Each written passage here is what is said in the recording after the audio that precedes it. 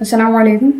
जो चैप्टर हम डिस्कस कर रहे हैं वो एटॉमिक स्पेक्ट्रा और आज की इस वीडियो का टॉपिक होगा बोहर्स एटॉमिक मॉडल। इससे पहले की वीडियो में हम डिस्कस कर चुके हैं एटॉमिक स्पेक्ट्रा क्या होता है और हाइड्रोजन एटम का लाइन स्पेक्ट्रम कैसा होता है और कैसे फॉर्म होता है। उस वीडियोस का लिंक डिस्क्रिप्शन में मौजूद होगा, आप जाकर देख सकते हैं। सो स्टार्ट करते हैं बोहर्स एटॉमिक मॉडल से। बोहर ने प्रपोज किया था, नील बोहर इनका नाम था, और 1913 में प्रपोज किया था। कॉम्बिनेशन है बोहर्स एटॉमिक मॉडल हमारे पास दो थ्योरीज का, जो कि हमारे पास हैं, एक क्लासिकल थ्योरी और एक हमारे पास है प्लैंक्स की क्वांटम थ्योरी। और इसी वजह से हम इनको कहते हैं कि बोहर्स एटॉमिक मॉडल जो है हमारे पास एक सेमी क्लासिकल थ्योरी है। बोहर्स एटॉमिक मॉडल के वो हमारे पास 3 पोस्टुलेट्स हैं बेसिकली, और इन पोस्टुलेट्स को एक एक करके डिस्कस करेंगे और ये किस किस से रिलेटेड हैं हम ये भी डिस्कस करते हैं। सो स्टार्ट करते हैं पोस्टुलेट्स को। पहला पोस्टुलेट जो है हमारे पास रदरफोर्ड के ड्रॉबैक से रिलेटेड है। यानी कौन सा ड्रॉबैक, जो हमारे पास रदरफोर्ड ने ये कहा था कि जब भी कोई इलेक्ट्रॉन किसी एटम में रिवॉल्व कर रहा होता है तो उस रिवॉल्विंग में वो मुसलसल कोई किसी किस्म की एनर्जी रेडिएट कर रहा होता है। सो बेसिकली बोहर ने ये कहा कि ये गलत बात है, और हमारे पास जब भी कोई इलेक्ट्रॉन रिवॉल्व कर रहा होता है किसी भी अपने ऑर्बिट में, तो वो किसी भी किस्म की एनर्जी को रेडिएट नहीं कर रहा होता। सो electrons revolve without radiating any amount of energy. और ये बात जहन में रहे कि इलेक्ट्रॉन्स ऑर्बिट में रिवॉल्व नहीं करते, बल्कि इलेक्ट्रॉन्स जहाँ मूव करते हैं उस पाथ को हम कहते हैं कि वो ऑर्बिट है। और फॉर बोहर इन ऑर्बिट्स को हम नाम देते हैं discrete stationery states of atom का। ठीक है।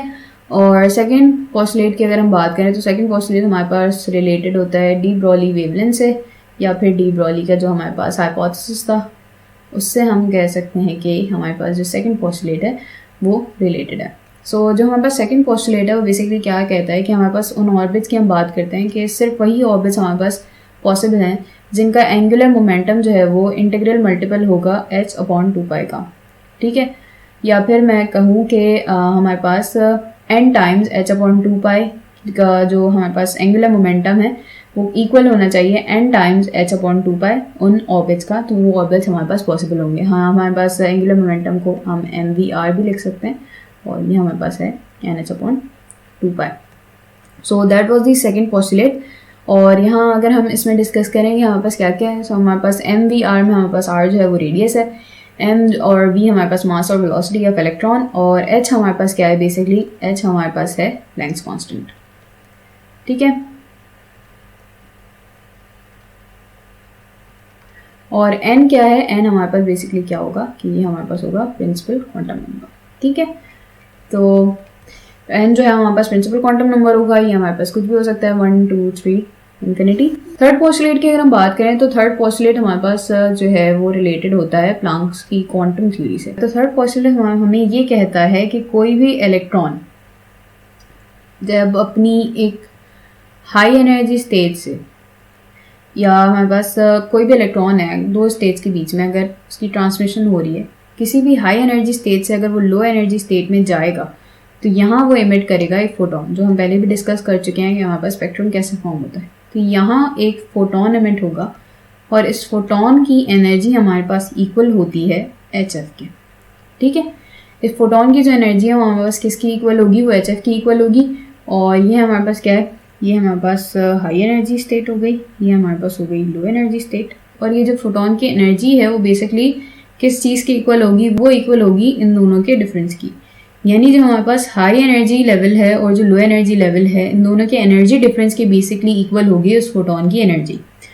ये हमारा जो थर्ड पोस्टुलेट है हमारे पास ये कहता है। अगर फ्रीक्वेंसी को देखें तो फ्रीक्वेंसी हमारे पास बराबर होती है c/λ के, तो यहाँ हम उसको hc/λ से भी हम इसको सब्सटीट्यूट कर सकते हैं, और ये En-Ep, जिसमें En हमारे पास जो है वो हाई एनर्जी स्टेट की एनर्जी होगी और Ep हमारे पास जो है वो लो एनर्जी स्टेट की एनर्जी होगी। सो ये है हमारे पास बोहर के 3 पोस्टुलेट, और ये किस चीज़ से रिलेटेड हमने ये डिस्कस कर लिया। अब हम डिस्कस करते हैं कि हमारे पास फ्रॉम बोहर्स एटॉमिक मॉडल जो फॉर्मूलाज जनरेट होते हैं वो हमारे पास क्या क्या है। सो डिस्कस करते हैं कि हमारे पास जो रेडाई है उसका फॉर्मूला, या रेडियस का हमारे पास फॉर्मूला क्या होगा। सो रेडियस की बात करें तो रेडियस में हमारे पास Rn = n² h² / 4π² kme², हमारे पास ये फॉर्मूला बनता है।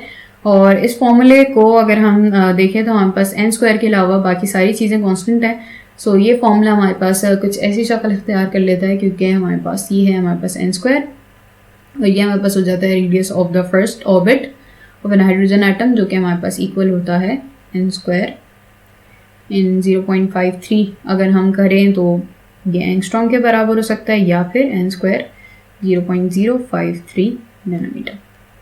इसको आप नैनोमीटर में लिखें तो 0.053 लिखेंगे, और अगर एंगस्ट्रॉम में लिखें तो 0.53।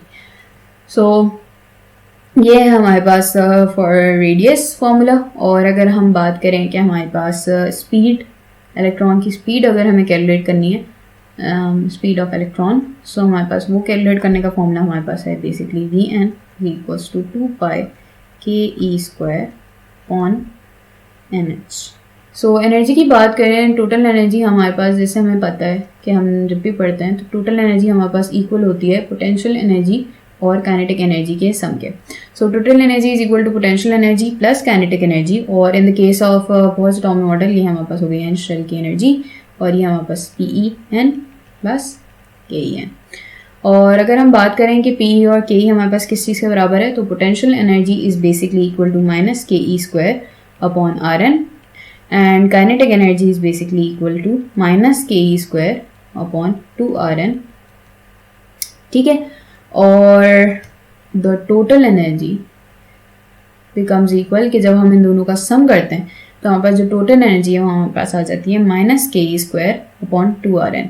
सो अगर हम इनको ऑब्जर्व करें तो हमारे पास जो काइनेटिक एनर्जी है वो बेसिकली इक्वल आ रही है टोटल एनर्जी के, यानी ये भी माइनस KE² अपॉन 2Rn है, ये भी हमारे पास माइनस KE² अपॉन 2Rn है।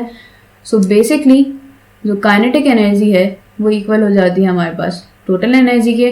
तो पोटेंशियल एनर्जी है वो हमारे पास आ रही है ट्वाइस, क्योंकि माइनस KE² अपॉन Rn हमारे पास पोटेंशियल एनर्जी है, माइनस KE² अपॉन 2Rn हमारे पास जो है वो टोटल एनर्जी है। सो काइनेटिक एनर्जी हमारे पास बराबर हो जाती है 2 टाइम्स ऑफ टोटल एनर्जी।